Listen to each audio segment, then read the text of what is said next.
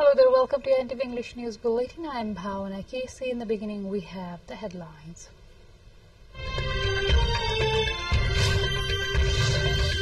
Cancer appeals for members of a family in Tapley Zone. 3 women buried to death in Kawashoti of Nepal. Meeting of House of Representatives underway. MPs deliberating on various headings of appropriation bill.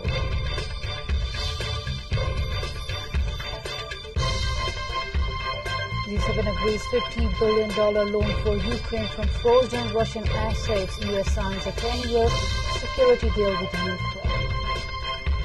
And Afghanistan books exploits in Super 8 of T20 World Cup, defeating PNG. Nepal squared hits to St. Vincent to play next against South Africa.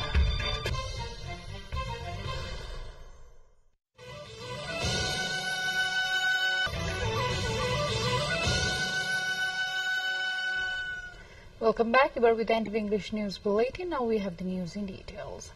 4 members of the same family have been buried to death after a landslide occurred in Kejinim of Fatanglung rural municipality of Taplezum. 69-year-old Ram Bahadur Limu, his wife Jasamaya, and their 9-year-old twin daughters Ganga and Jamuna were killed after their house was swept away by the landslide on Thursday night.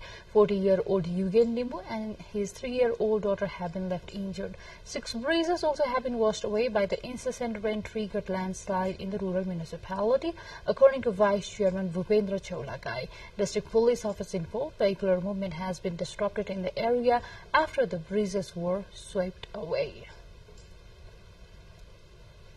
3 women laborers have died after a mud mound buried them while digging a canal at Falfulchok of Kawashoti municipality on Thursday. Police say 51-year-old Sethi Rana, 25-year-old Tanmaya Gaha and Chameli Darlami Magar were killed after the 3 fell into a ditch that they were digging for the municipality's sewage construction.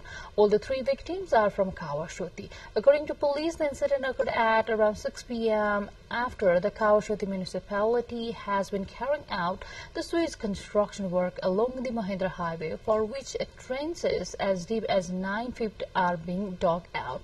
Locals have protested against the municipality and the contractors, accusing them of not taking even basic safety measures while carrying out the construction work. At least 20 persons were injured after 2 vehicles coming from opposite directions collided this morning near Fisling Bazaar along the Prithvi Highway. The health condition of 5 injured is critical, according to District Traffic Police Office Dhading. After the accident, the passenger bus heading to Kathmandu from Nepalganj plunged into the river. An eyewitness said the bus fell off the river as the driver tried to avoid the collision with a car. The car was on its route to Mugling from Kathmandu. Those 5 people with critical health condition were traveling in the car. Police said the seriously injured people have been rushed to Chittagong for the treatment. With this update, time to go for a short break, but still to come we have.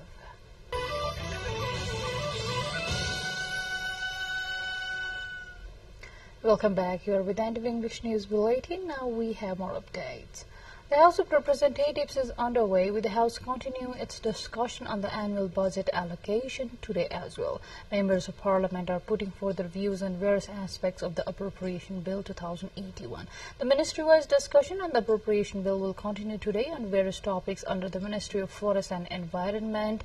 Likewise, the Ministry of Water Supply, Ministry of Communications and Information Technology, and Ministry of Culture, Tourism and Civil Aviation.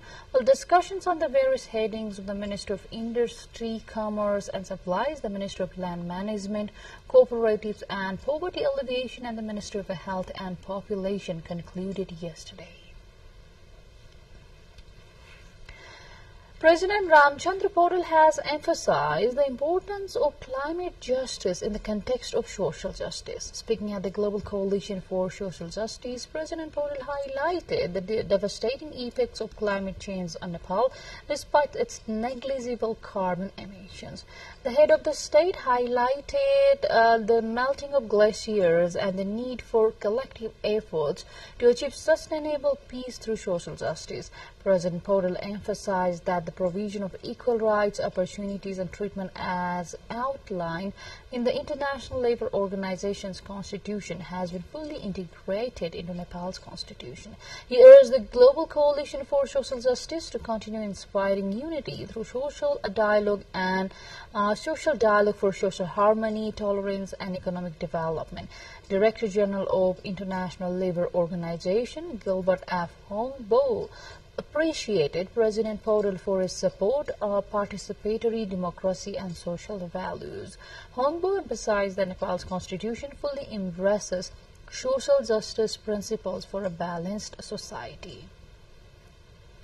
The construction work of Hetauda-Dhalkewar Inarua 400 kV transmission line has been completed. Prime Minister Pushpa Kamal Dahal is scheduled to inaugurate the Hetauda substation of the transmission line project at Thanavaryang in Hetauda sub-metropolitan city, Ward number 11, Makwanpur, this afternoon. The transmission line is expected to strengthen and ensure a reliable power transmission system in the country and facilitate the undisrupted energy trade between Nepal and India. With the completion of 154 kilometers long double-circuit power grid of 400 kilovolts, as high as 400 megawatts of the power could be supplied through this line, according to the officials.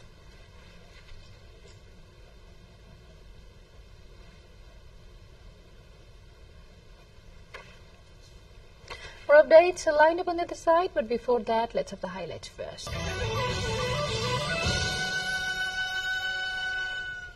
Welcome back now to the updates from the international front. U.S. President Joe Biden and his Ukrainian counterpart Zelensky hold a joint press conference on the sidelines of the G7 summit in Italy.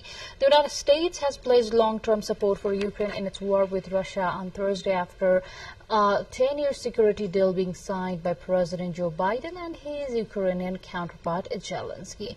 The agreement envisages U.S. military and training aid to Ukraine but doesn't commit Washington to send troops to fight for its ally.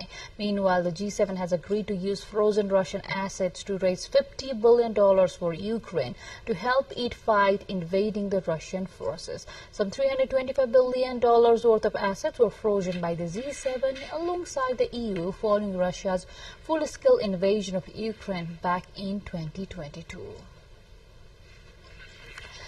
Now to the next update. Hajj pilgrims performed major Hajj ritual of Tawaf of Holy Kaaba as they prepare to move to Mina today, marking the beginning of the Hajj following the footsteps of Prophet Muhammad, peace be upon him, the Saudi press agency reported. The tranquil valley of Mina braced itself for an influx of 2.5 million devout pilgrims converging from all corners of the globe to embark on a spiritual journey that culminated in the sacred celebration of Eid ul-Azha. The Hajj pilgrimage officially commences on Friday with the solemn act of wearing ihram, a white robe, upon crossing the outer boundaries of Makkah, known as Miqat.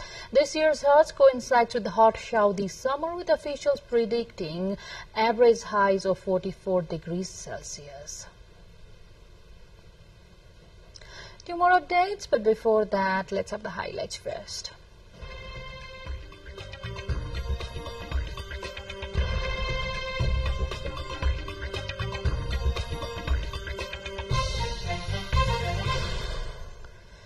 An Asian elephant in central Thailand has given birth to a rare set of twins in what caretakers have described as a miracle. The mother, 36-year-old Chamchuri, was not expected to deliver twins, and when she gave birth to a male calf last Friday, staff at Ayutthaya Elephant Palace and Royal Kraal had thought the delivery was done. But while cleaning up the first calf and helping it stand on its feet, they heard a loud thud and realized that the elephant had given birth to a second calf, a female. The second birth sent the mother into a panic, and caretakers had to restrain her to prevent her from stepping onto the female calf. One caretaker was hurt during the process.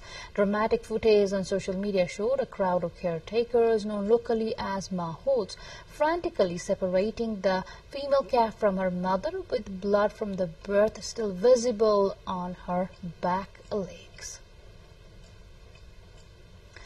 After a year-long underwater archaeological investigation, Chinese archaeologists have identified the distribution range of two ancient shipwrecks discovered in 2022 in the South China Sea and unearthed cultural relics totaling 928 pieces, including pottery and porcelain and timber, China's National Cultural Heritage Administration said on Thursday. The NCHA held a work meeting on the significant progress of the Archaeology China program in Qionghai city of South China's Henan province on Thursday, reporting the latest achievements of two ancient shipwrecks. In October 2022, two ancient shipwrecks were discovered at an underwater depth of about 1,500 meters near the northwest slope of South China Sea. The sites are an important witness of trade and cultural exchanges along the ancient maritime Silk Road. Now to sports.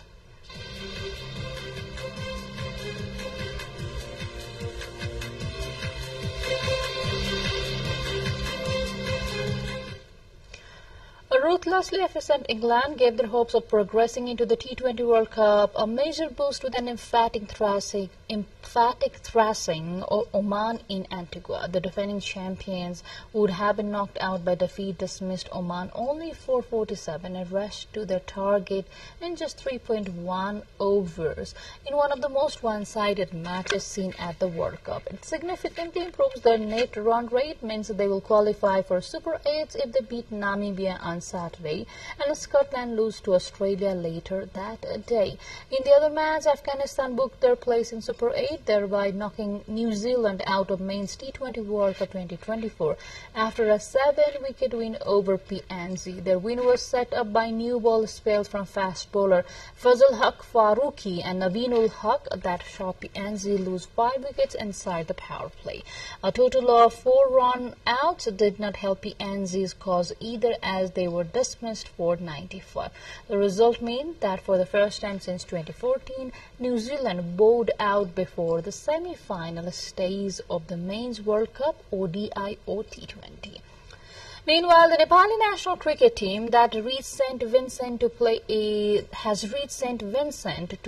its last 2 group matches under the ICC Men's T20 World Cup.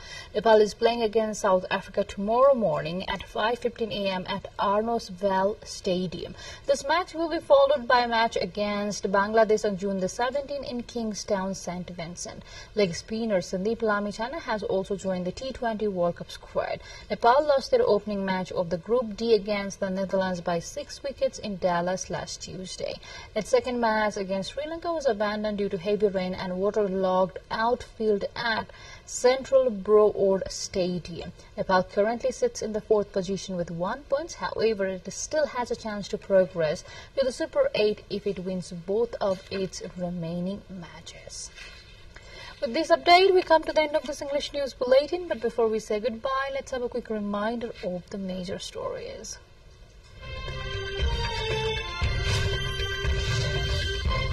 Landslide kills 4 members of a family in Tablezu, 3 women buried to date in Kawasaki of Namalparasi, 20 injured after 2 vehicles collide. Meeting of House of Representatives underway, and please continue deliberating on various headings of appropriation bill. G7 agrees $50 billion loan for Ukraine from frozen Russian assets. U.S. signs a 10-year security deal with Ukraine. And Afghanistan books its place in Super 8 of T20 World Cup, defeating PNG. The college squad heads to St. Vincent to play next against South Africa. That's all we have in this edition of English News Bulletin. I'll see you again with next round of English Bulletin at 6 in the evening. Till then, have a great time ahead and stay tuned with us. Namaste.